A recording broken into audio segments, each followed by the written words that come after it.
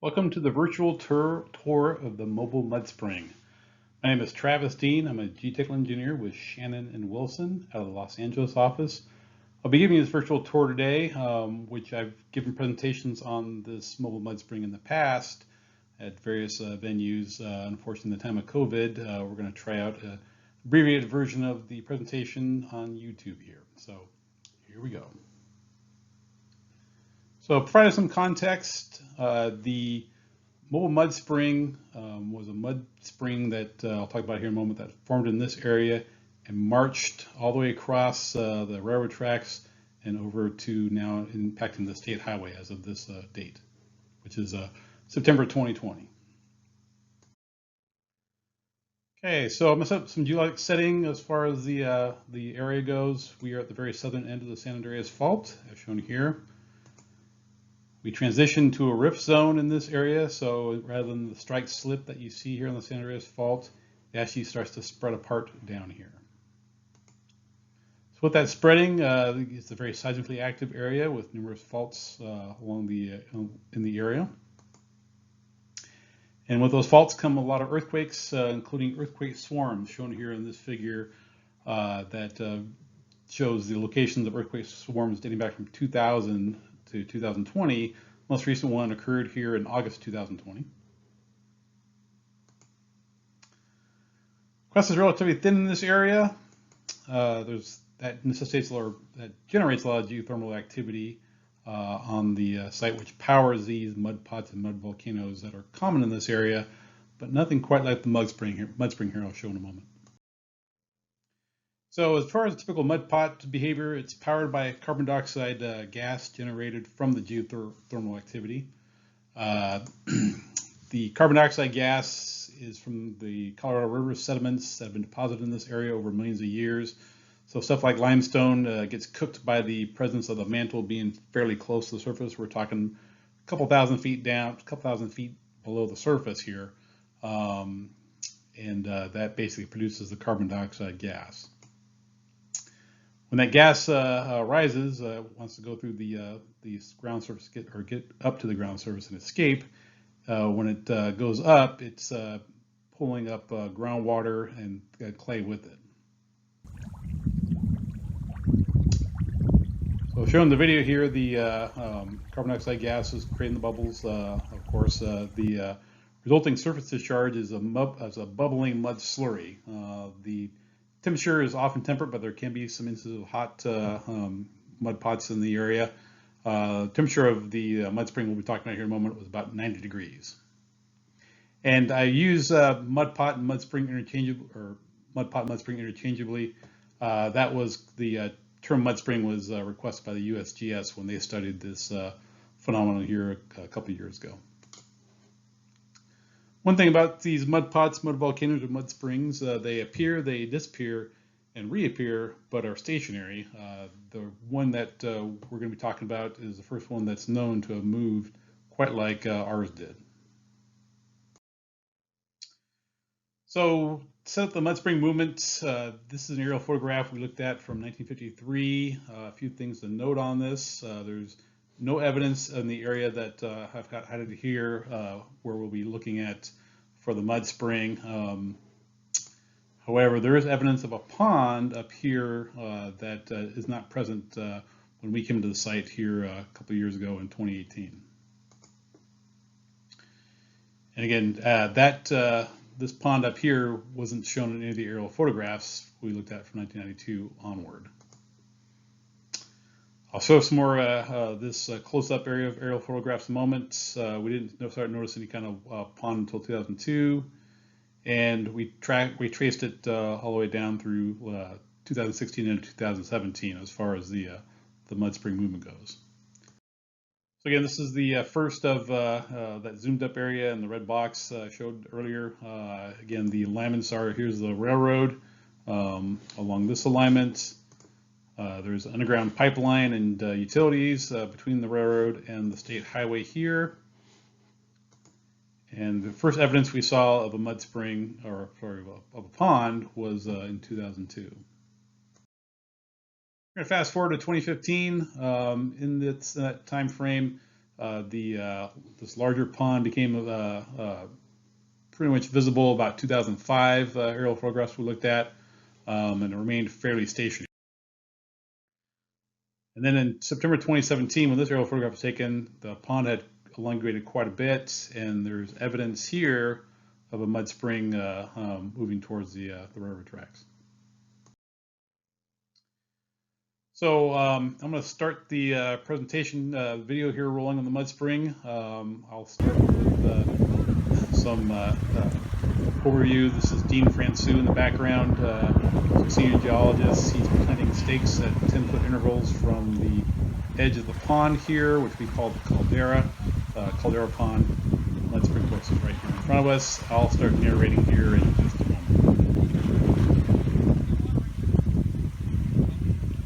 So looking towards the south, in the background, setting stakes around the permanent 10-foot off centers. Scanning from the highest activity, left hand to my left, towards the south, towards the east. Gas bubbles coming out of the water at multiple locations. We have a drainage ditch heading to the south, which is slipping up pretty quickly.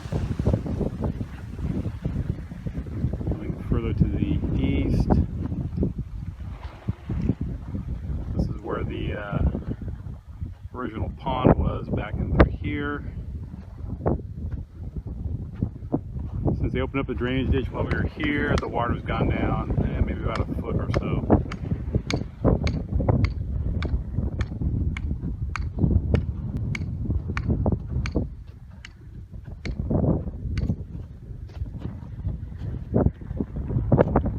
Panning out, you'll see occasional bubbles come out as I pan further away. Again, the original pond from the aerial photos from about 10 years ago was in this area. Distance-wise, we're looking at about 75 feet or so, 2,500 feet.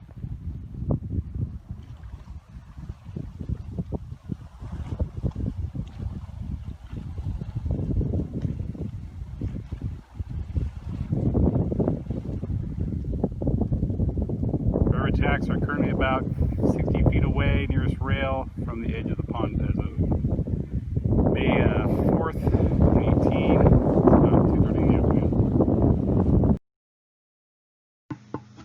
So it's a windy environment out there, so that's about the noise you heard in the background.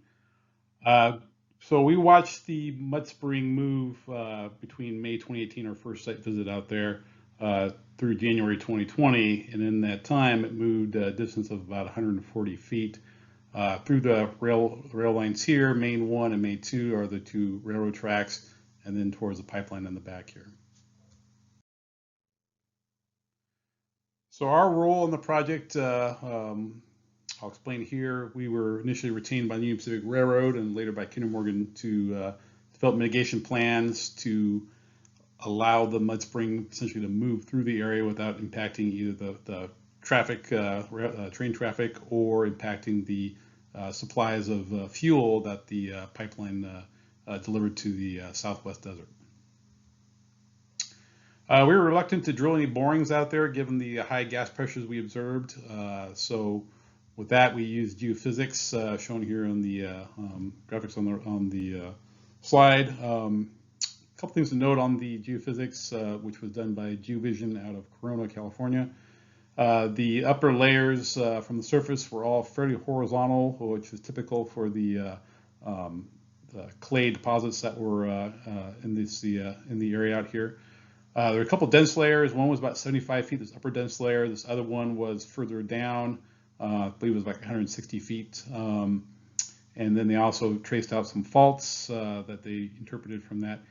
One thing you'll notice when you get down to the second, below this second dense layer, is that rather than have this rather horizontal bedded sediments out here, it becomes much more disrupted. And the interpretation that the geophysicists made was that this was groundwater upwelling from the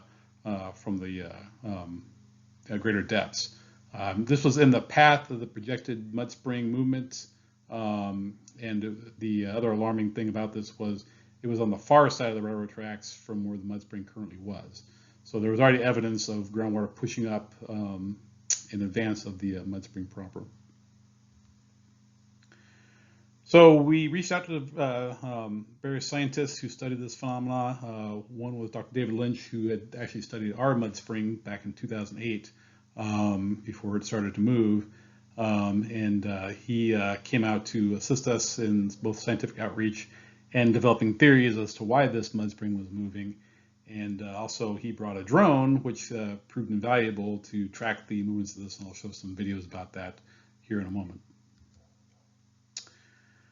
One thing that Dr. Lynch told us after reaching out to his colleagues was that nobody had ever seen anything quite like our mud spring. So let alone the size, but also the coherent movements of it through the desert there. So we had to start coming up with contingency plans. We talked about bridges. We talked about ground improvements to protect the tracks in the pipeline.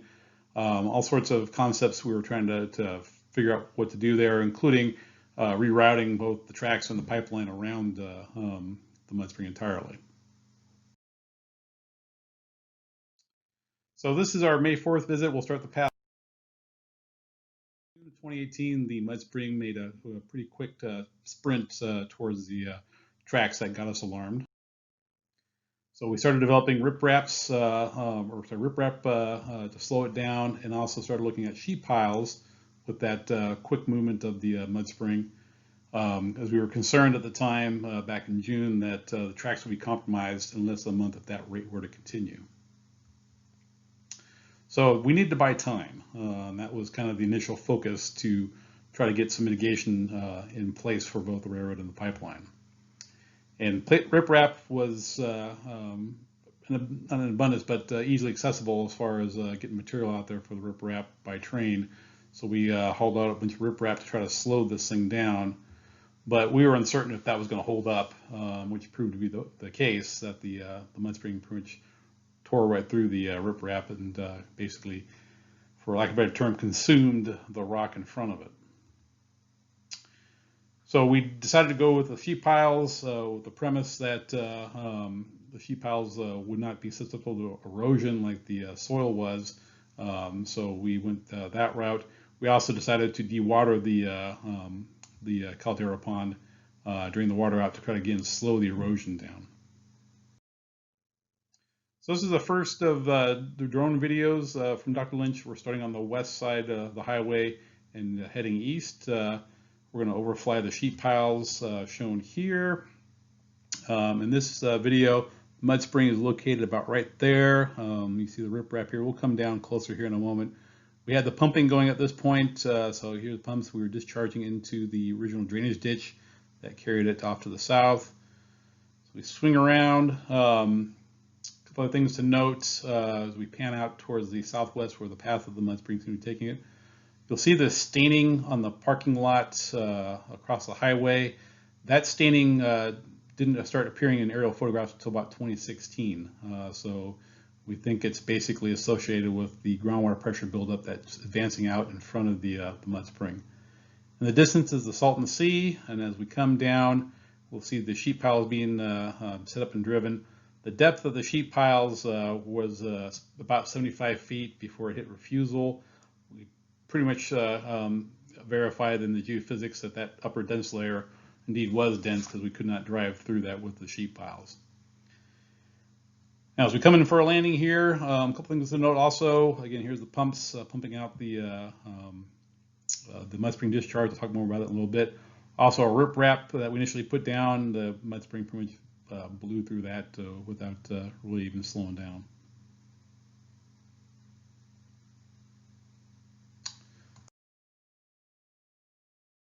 Okay, so then we're now got the sheet piles in place. We'll pan up here from where the mud spring is located at as it's made its way through the riprap barrier.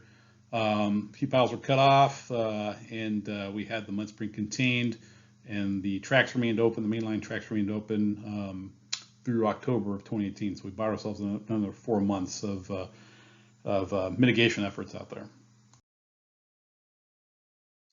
So again,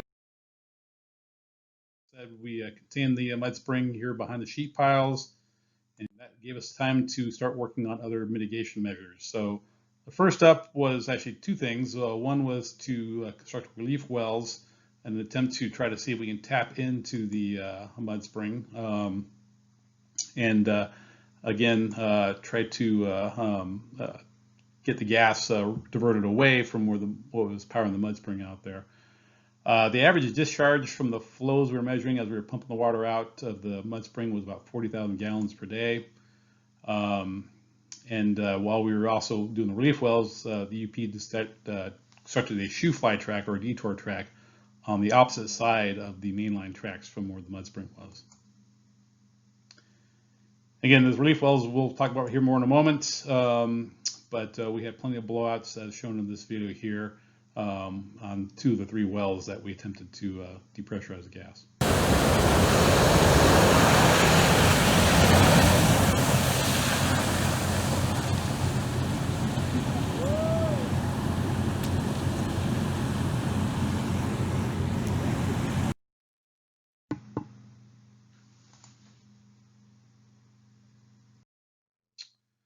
So with containment, again, we built the built the western shoe fly track shown here. Here are the main lines, and here's our sheet piles with containment here.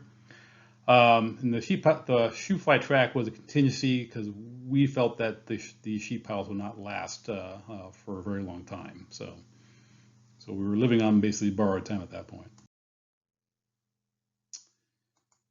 For the relief wells, we started the first one. It was a test well that was located behind the original pond where the mud spring originated from. It was along the same trend that the mud spring was taking, but behind it. And also it was away from any kind of infrastructure, the railroad, the highway, and while it was close to a canal here, we had a berm set up to contain any water that would have flowed out of here. We got down about 325 feet where we encountered high groundwater pressure at that location. We did a second relief well closer to the mud spring. That one exceeded 800 feet. And while we counted some gas, there was very little water associated with that. So it was essentially a dry hole. For B3, we decided to put that out in front of what we call the left turn that the mud spring made here when it went from the southwest direction to more of a westerly direction. To see if we can't tap into that same alignment here. On this one, we had significant gas encountered at 400 feet, and the results look very promising, but other things got in the way of that, and I'll explain more about that in a moment. So this is B1. What we saw was a lot of water surging out on kind of an erratic basis. So we put a transducer in that well to kind of measure the how the water level was changing, and you can see that this is from pretty much all of 2019, that early in the part of 2019 there was several surges of water coming out. It got very quiet for a while, mostly in the springtime, and then fired up again in June, lasting all the way almost into to the end of September, and then it tapered off again. So we had containment out here. Did all this work, but eventually the mud spring escapes the sheet piles here in early October, and close the mainline tracks. So I'll talk more about that here in a moment. So for the escape, the mud spring was, for lack of anything better, acting like a caged animal. It would roam back and forth along the sheet piles, eroding out the material, and I'll show that video here right now.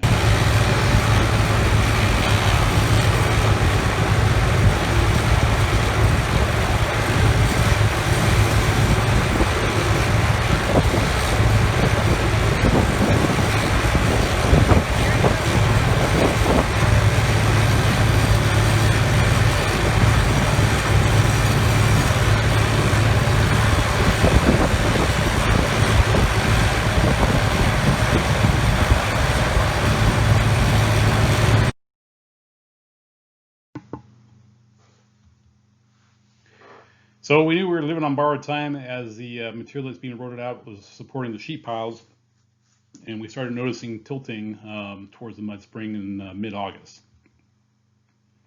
So when that happened, we added a tilt meter to the sheet piles to measure that deflection, And then in late September 2018, we saw the sheet pile starting to plunge as well as tilt.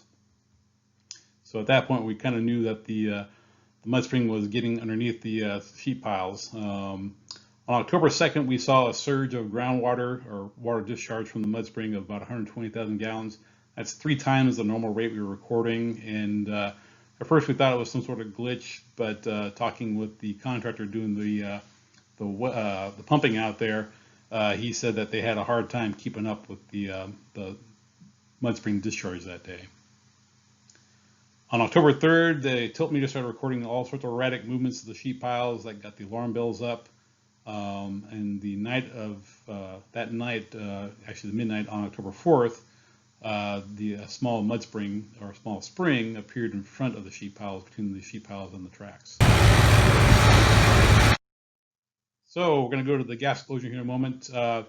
This was October 3rd, the day before. Carol Zamora, staff geologist with the LA office, was out on site. She'd been out here monitoring the mud spring movement for some time and took this video here, and she'll narrate. Pile 13, where you can hear some gurgling. As if it's coming up through this thread here. Probably why you can hear it.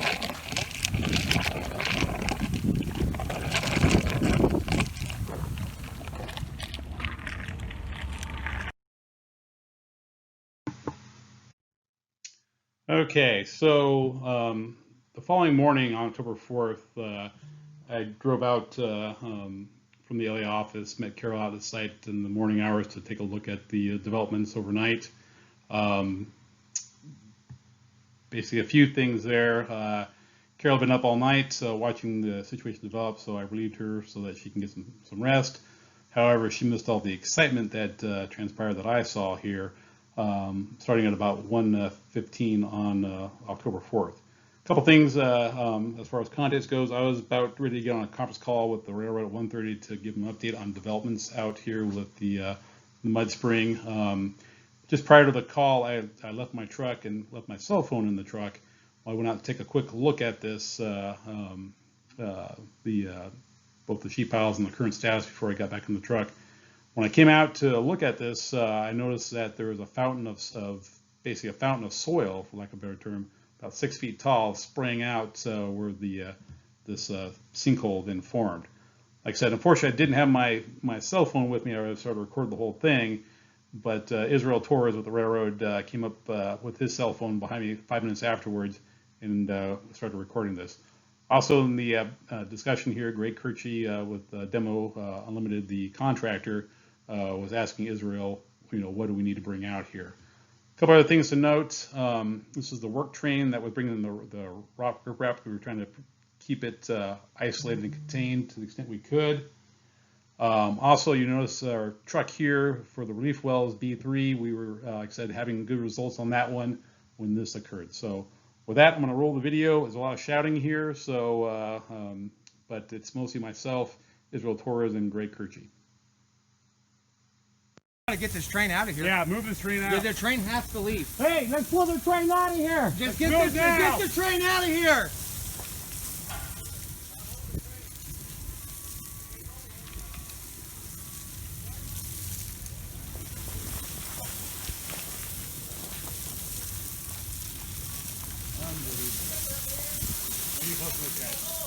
They're digged in. That's it.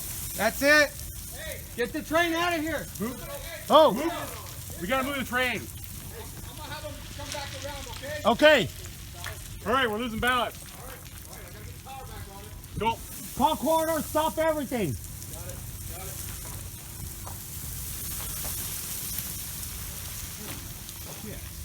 What do you want, Israel? I can get it out here. Everything. All right. Just stop. Bring everything. Keep the video going. You want to hold the camera? Yep. I'll start getting corridor. It is about 1:20. This just happened here in the last 5 minutes. There was preceded by a bunch of gas coming out. We backed up, and this whole area just collapsed. We're stopping trains. We're getting this work train out of here right now. So preceded by a bunch of gas coming up. Everything we own, everything we have. Everything that we have will come out here. As soon as we can get it. How fast can we cut the shoe fly in? We'll put it in right now. I'll bring him out here, everybody here. Okay. Okay. I'm glad nobody's over there. I know. Wow. There you go. All right. Watch the cracks open up right here. Yep. It's cracking right here. We're still losing it.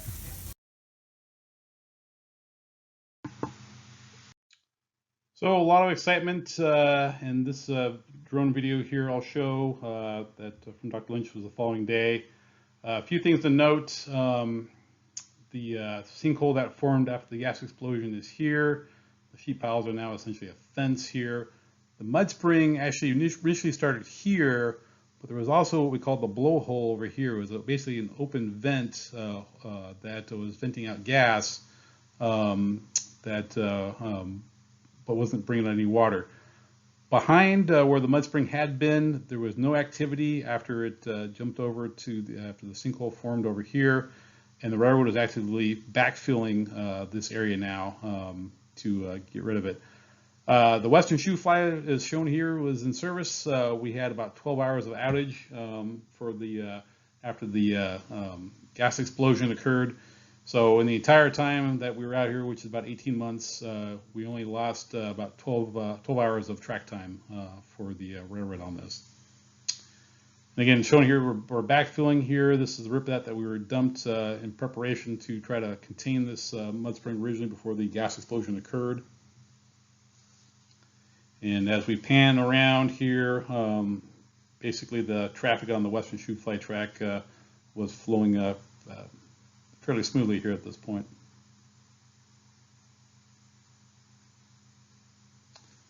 So again, we tied into the main line tracks up here, and railroad was back in business. So now that the mud spring was loose, and the next several months we watched the pretty much the slow migration of the mud spring towards the tracks, hitting the main one track, the nearest track on March 29th. Months later by hitting main 2. And at that time, we were still continuing to monitor groundwater, or sorry, not groundwater, but the water discharge out of the mud spring. A couple things to note. Again, the average shown here on the orange line here was roughly about 40,000 gallons a day of discharge from the mud spring. Our spike, first spike here was when the mud spring escaped. There was a second spike in February 2019 that we couldn't explain. We talked to the contractor. They said, yeah, it was surging that day. So we did have corroboration that this spike was real, but wasn't sure what was the driver for that. Also, as the time went on here in 2019, the rate decreased slightly. So there's some correlation with the rate decreasing and also the mud spring movement decreasing as well. This next slide compares the movement from the sheet piles, or relative to the sheet piles. This first picture is from July 2018. This picture is from January 2019. And a couple things to reference. The sheet piles, of course, are here in January 2018 and are here on July 2018. Here's main 1, and here's main 1 here. So in this the January 2018 photo, the comparison is that the mud spring was located here at the time. And then in this photo, where in January 2018 it's located here, was now over here on the July 2018 photo. So what the meaning of this is that the sheet pile is initially leaning back into the mud spring, was located here in July behind on the opposite side of the tracks. And then in January it was now leaning the other way. And we used these sheet piles to construct a second detour or shoe fly track, which we call the eastern shoe fly, so that the railroad would have the double track restored out here with the eastern shoe fly and the western shoe fly track. The one thing that we found is with the, again, without much support here, the sheet piles are starting to lean back the other way towards where the mud spring was located on the other side of the tracks here, or the other side of the shoe fly track. And so we had to put riprap in to kind of keep the area stable so that the shoe fly track wouldn't settle as much. We also garnered some media attention during that time. It was articles about it in National Geographic, several local newspapers. ASCE magazine did a nice article in July of 2019 on it, trying to explain what's going on. And both pre-COVID, we gave several presentations, myself, Dean Francu, and Dr. Lynch, on the what we've discovered out here with the mobile mud spring. We also, during that time, bypassed the pipeline with Kinder Morgan. We actually routed the new pipeline around the eastern end, or the original location of the mud spring back in 2002. So got that pipeline moved. We also advised the railroad to move their communication and signal lines to overhead power or overhead lines as well to get those cleared out.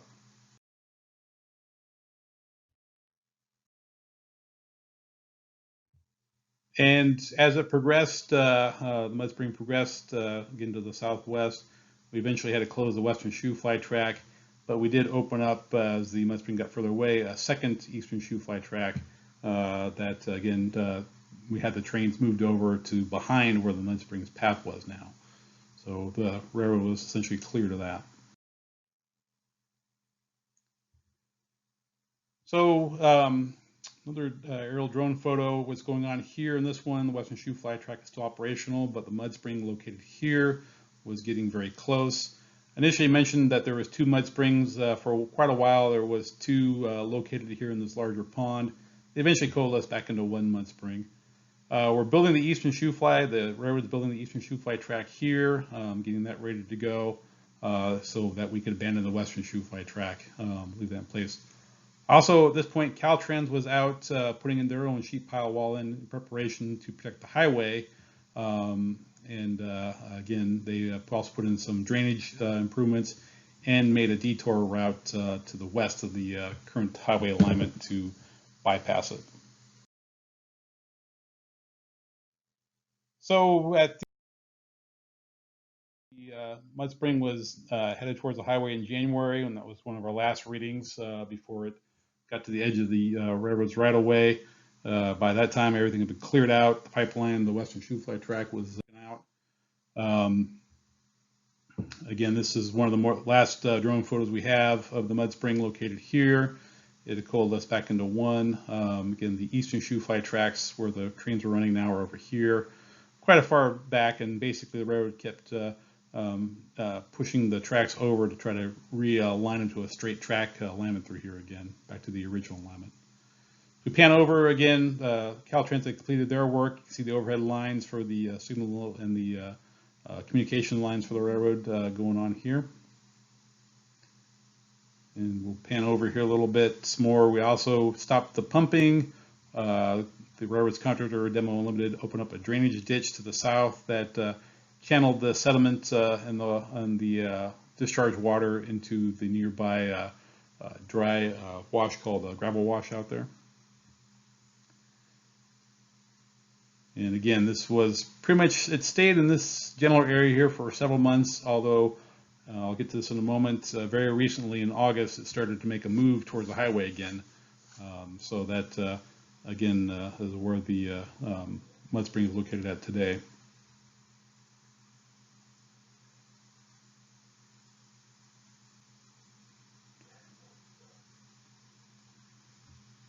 All right. So this is where, like I said, it's currently at. And if you're interested in picking up the story as far as when it left the railroad and now it's heading the highway, I'd encourage you to take a look at this link from Caltrans District 11. They've got their improvement plans in place for the highway. They've also got much more recent drone videos. I think they have one posted here about in mid-August of 2020, showing where the mud spring was at. So So again, I hope you enjoyed the presentation. Certainly feel free to contact me if you do have any follow-up questions, and we'll keep you posted. But very interesting phenomenon, and looks forward to keeping tabs on that for years to come. Thanks for your attention.